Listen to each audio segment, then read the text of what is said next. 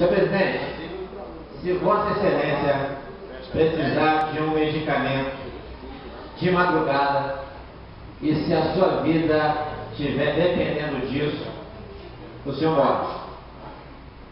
Porque em Búzios não se acha uma farmácia ou uma drogaria 24 horas.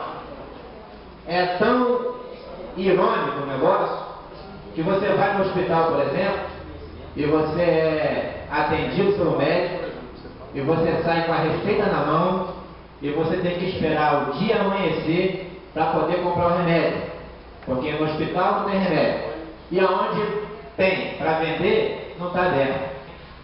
E aí nós temos uma lei de 98 que justamente institui o plantão de farmácias e drogarias. Todas as farmácias do município têm que ter uma plaquinha indicando qual a farmácia vai estar de plantão naquela noite. E vereadores, isso não está acontecendo. E nós agora estamos enviando um requerimento para saber o que o executivo está fazendo a respeito. Porque se você não tem uma farmácia aberta na cidade, quando você precisa de um remédio, se no hospital não tem remédio, o que nós vamos fazer?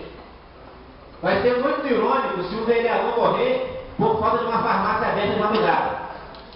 Vai ser irônico. Vai ser muito irônico. E aí nós temos uma lei, também que é o Código de Postura, que aí não é iniciativa do Legislativo, é do próprio Executivo, que diz o seguinte, no parágrafo 2º do artigo 94, é obrigatório o funcionamento noturno em escala de plantão de pelo menos um estabelecimento de comercialização de medicamentos, como farmácias ou drogarias. Nós estamos falando de uma lei de iniciativa do próprio Executivo. Então eu quero chamar a atenção dos vereadores, chamar a atenção do Executivo principalmente, até porque, ironicamente, o prefeito é médico. No dia que o prefeito for chamado em uma emergência, que ele continua atendendo, se qualquer cidadão chamar o prefeito para atender de madrugada, ele vai, se ele estiver por aqui. E no dia que ele estiver numa emergência passar um remédio, não tiver farmácia aberta para comprar um remédio. Então nós estamos vivendo todos numa ironia. Então eu peço ao Executivo maior atenção e que vá e faça cumprir a lei, que é uma lei de iniciativa da Câmara e uma lei de iniciativa do próprio Executivo.